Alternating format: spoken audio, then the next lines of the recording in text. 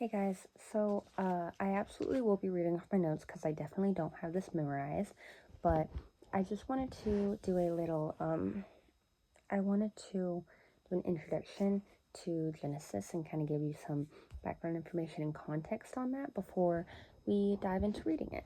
The purpose of Genesis, there's 6 main purposes that I have wrote down.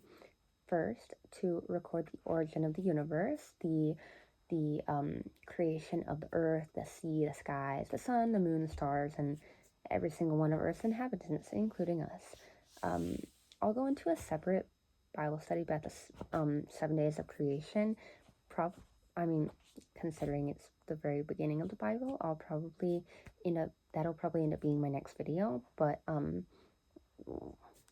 guess we'll see because I'm chaotic like that. You never know what I'm gonna do. That was embarrassing. Sorry. Um, the second main purpose is that it defines humanity's purpose. It reveals to us that humans are created in God's image to rule over the earth, and that our purpose is to grow his kingdom and to worship him. It explains the fall of mankind, how, sin, suffering, and death entered the world through Adam and Eve. It So it describes the fall of mankind, but then it also describes our redemption and God's plan for our redemption and his plan to restore humanity. So he wants to free us from our sin so that we can have a relationship with him. And that starts with turning Abraham into the great nation of Israel. It Genesis establishes like major doctrines of Christianity. So marriage, God as the sole creator, and the origin of different nations. And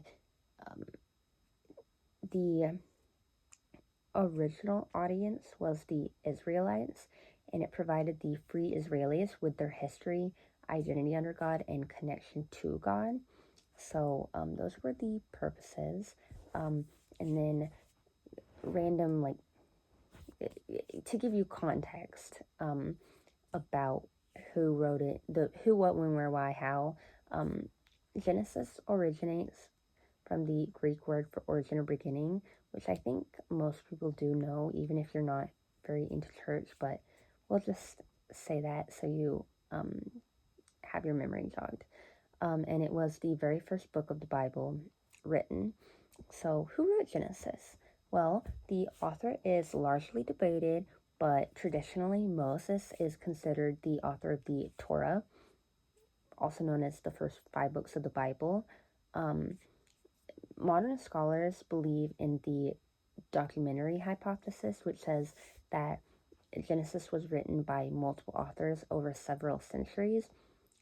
There's another one, which is personally what I believe in, but the theory is that Moses wrote Genesis through direct revelation from God, which, I mean, I believe that that's what God is capable of. I mean, God's capable of anything, so I believe in that. And if he did, like, whether he wrote it through direct revelation or got information from people from several centuries, or people from several centuries wrote it, like, he most likely used oral stories because that is how they told stories back then. They passed stories orally through generations and maybe had them written, but most commonly oral stories were passed down. So when and where? The traditional view believes that Moses wrote Genesis around 1440 to 1400. It was at least positive in this. It was after the Exodus, but before Israel entered the Promised Land. So it was during that 40 years of exile, when they were in the Sinai Peninsula. So I actually pulled this out of my study Bible, but some key places, I have 9. So key places, first, probably most obvious, is the Garden of Eden. This is a terrible angle. Sorry, I just realized, like, I'm looking down. Double chin. Sorry, I'm staying up so late tonight and I'm so tired and I'm like slap happy, so please forgive me for sounding like a doofus and acting like a doofus. I'm just trying to teach you about God. So the Garden of Eden. God placed Adam and Eve in the Garden of Eden when he made them in his image. The Bible doesn't tell us where Eden was located, but there are a couple verses. I have wrote down here Genesis 2:10 through 14 that describe some rivers, and that kind of gives us not exactly an exact location, but kind of an idea of where it could have possibly been. So then, also, I don't know how to pronounce any of these. So the mountains of Ararat, Ararat, Ararat,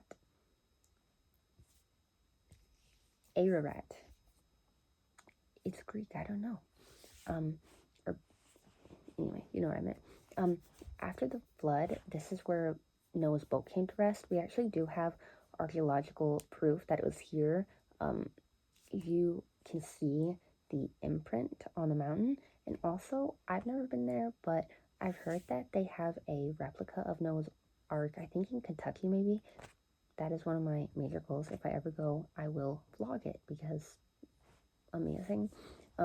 These mountains of unsayable words are in modern day Turkey, and this is where his sons and descendants spread out to build new nations after the entire earth was wiped out. And then Babel. I wonder if this could be the Tower of Babel.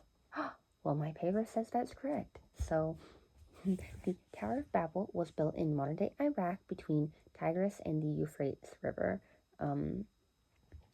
The Ur of Chaldeans. Abram was born here, and Abram is the father of the Hebrew nation, so that's kind of important.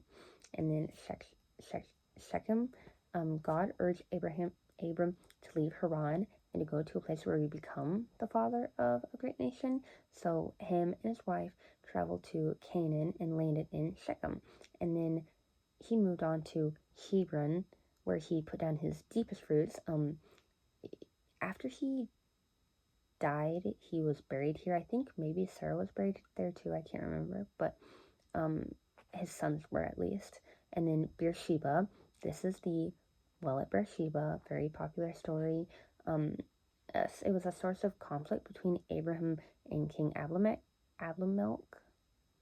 It became a sign of the oath that they swore here. And then, you know, God being God and symbolic. After Abraham had already made his oath, years and years later, God appeared to Isaac at the same well and gave him the same covenant that he gave to Abraham. So that's why that's important. And then Bethel. So Jacob left Beersheba after deceiving his father, if you know that story, and God gave Jacob the same covenant that he had given Abraham and Isaac in a dream this time. And then, as I just said, and then Jacob worked for Laban, and he married Leah and Rachel in Haran, which, let me look.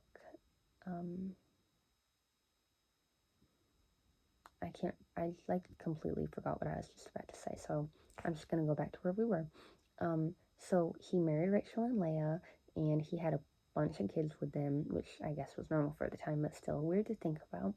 And then he had a tense meeting with his brother, and then he ended up returning to Bethel. So Egypt. Sorry, if this doesn't make sense, I can make a new video when I'm not so tired, but honestly, just please let me know if you need me to explain better, because I know that I make sense to myself because I know what I'm talking about.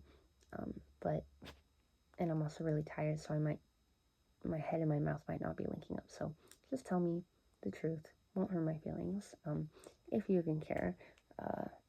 And then, so my very last a key place for Genesis is Egypt.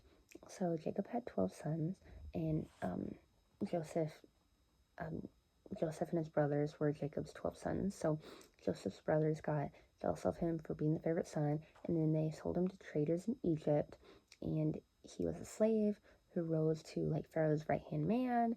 Jacob, oh my gosh, Joseph saved Egypt from famine. He had prophetic dreams. His entire family moved from Canaan to Egypt. They all forgave him. He forgave them. Like, happy story. But that is why Egypt is important, because that is where Joseph rose from slavery to,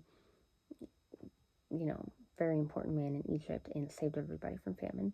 So that is my 11-minute long, embarrassing intro to Genesis. Hopefully you learned something. If not, I apologize, and I will try to do better in the future when I'm not so tired. So have a good night, guys. Bye.